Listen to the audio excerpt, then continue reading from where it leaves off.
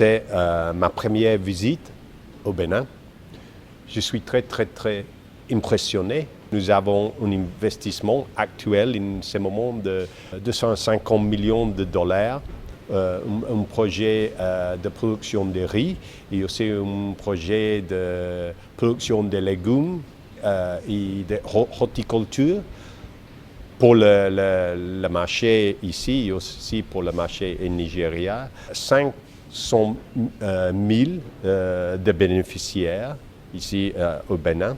Au titre de notre coopération, nous travaillons donc à accompagner le développement d'un certain nombre de chaînes de valeur.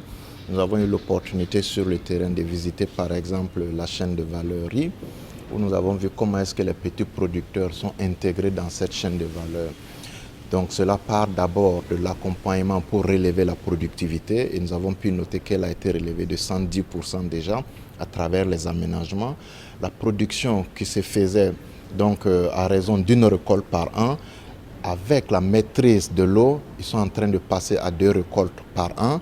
Nous avons pu voir comment est-ce que ces producteurs sont désormais connectés avec le secteur privé pour adresser les défis qu'il y avait dans la transformation. Et nous avons pu voir comment est-ce que les technologies, les équipements sont utilisés désormais pour permettre donc à la production d'être transformée et de pouvoir répondre aux exigences du marché.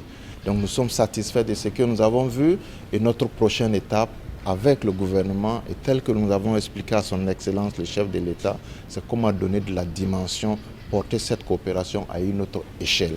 Et le vice-président a eu l'opportunité de confirmer à son Excellence, Monsieur le Président de la République, que nous allons ouvrir un bureau ici pour renforcer cette coopération vieille de 4 décennies.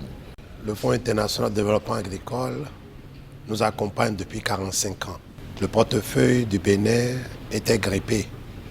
Et depuis 3 ans, 4 ans, il a été très apprécié. Ce qu'on a vu sur le terrain montre très bien que nous avons mis en place un certain nombre de réformes qui donnent leurs fruits. Et nous avons démontré à nos partenaires que les besoins de terrain sont plus importants que les enveloppes disponibles aujourd'hui. Il faut ouvrir, il faut satisfaire davantage, il faut contribuer au financement de l'agriculture et surtout à la formation des gens qui sont dans le secteur agricole. C'est cela que nous avons aussi demandé expressément au FIDA et nous allons davantage travailler pour que le capital humain soit formé, renforcé dans ses capacités et qu'on retourne à l'agriculture confiant de gagner.